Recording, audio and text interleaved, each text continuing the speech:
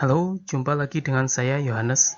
Kami telah membuat beberapa seri video tutorial untuk perancangan sambungan baut untuk mendukung mata kuliah elemen mesin 1. Pada tutorial ini kita akan menganalisa mode kegagalan baut akibat beban gabungan yang ditimbulkan oleh beban eksentrik. Beban eksentrik bekerja tidak tepat pada garis pusat sambungan sehingga menimbulkan momen. Momen ini membangkitkan tegangan geser dan tegangan tarik pada baut. Untuk lebih jelasnya, ikuti contoh perancangan ikatan braket berikut ini. Contoh sambungan baut yang menerima beban eksentrik ditunjukkan seperti pada gambar. Pada sambungan ini, baut tidak mengalami preload atau tidak mengalami pengencangan mula, sehingga tidak ada beban akibat pengencangan mula.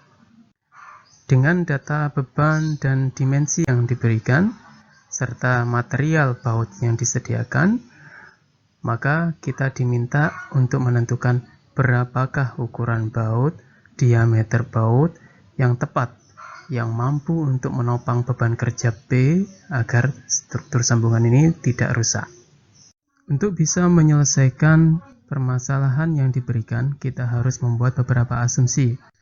Asumsi pertama, struktur sambungan dan braket diasumsikan rigid, artinya tidak akan mengalami deformasi.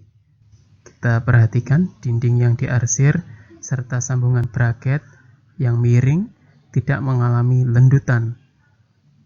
Asumsi ini diperlukan agar kita bisa menghitung delta 1 dan delta 2. Delta 1 dan delta 2 adalah deformasi yang terjadi pada baut pertambahan panjang pada baut 1 dan 2. Asumsi ini akan mempermudah perhitungan delta 1 dan delta 2 karena keduanya dihubungkan dengan aturan kesebangunan. Artinya, kita bisa menghitung delta 1 sekaligus delta 2 hanya dengan satu buah persamaan. Begitu delta 1 diketahui, maka delta 2 dapat dihitung dengan rumus kesebangunan.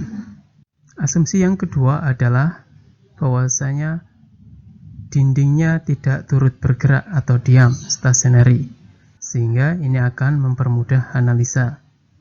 Braket dan dinding tidak akan berputar ketika struktur dikenakan beban. Yang ketiga adalah asumsi bahwasanya baut tidak mengalami pengencangan awal. Jika baut mengalami pengencangan awal, maka akan ada gaya tarik tambahan akibat torsi pengencangan awal. Hal ini akan membuat delta 1 dan delta 2 berbeda nilainya. Setelah membuat asumsi-asumsi ini, maka kita bisa melanjutkan untuk membuat model matematika dan melakukan perhitungan kekuatan baut. Kita lanjutkan pada slide berikutnya.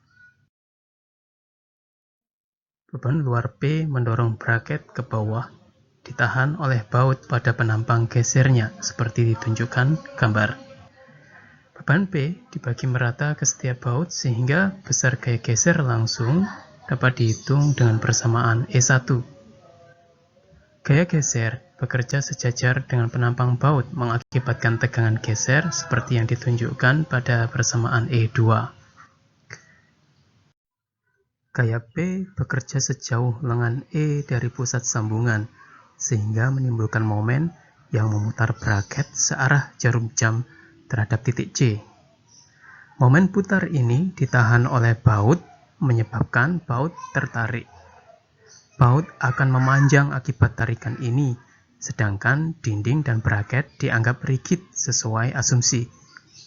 Jika baut dianggap memiliki kekakuan C dan defleksi baut proporsional terhadap jaraknya dari titik putar C, maka gaya tariknya merupakan perkalian kekakuan dengan jarak baut seperti ditunjukkan persamaan E3.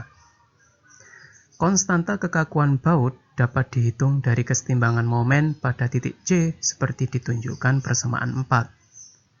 Jika persamaan 4 disubstitusikan ke persamaan 3, dapat diketahui gaya dan tegangan tarik pada tiap baut seperti ditunjukkan persamaan 5 dan 6. Dari perhitungan ini diketahui bahwa Baut 1 menopang tarikan paling besar karena letaknya paling jauh dari titik putar C. Berdasarkan analisa beban sebelumnya, baut 1 adalah komponen kritis yang menopang beban paling besar. Baut 1 menerima dua macam tegangan, yaitu tegangan geser langsung dan tegangan tarik. Kedua tegangan ini bekerja pada satu bidang yang sama, namun arahnya berbeda. Oleh sebab itu, transformasi tegangan perlu dilakukan untuk mencari tegangan resultan. Tegangan prinsipal ke arah normal dihitung menggunakan persamaan E7, sedangkan tegangan geser prinsipal dihitung dengan persamaan E8. Kedua tegangan tersebut kemudian dibandingkan dengan kekuatan material dengan menyertakan faktor keamanan Fs. Material baut yang ulet atau ductile seperti pada soal lebih rentan terhadap tegangan geser dibandingkan tegangan normal, sehingga diameter baut dihitung berdasarkan kekuatan geser materialnya. Dari perhitungan kita peroleh luas penopang baut sebesar 98 mm. Kita gunakan penampang ini untuk memilih ukuran baut yang tepat seperti pada tabel berikut. Pada tabel dapat dilihat bahwa baut M16 memiliki penampang yang aman dan paling mendekati hasil perhitungan. Oleh karena itu, kita akan pilih baut M16 ini sebagai baut pengikat braket seperti yang diberikan pada soal. Demikian tutorial untuk tegangan eksentrik pada baut. Nantikan tutorial berikutnya.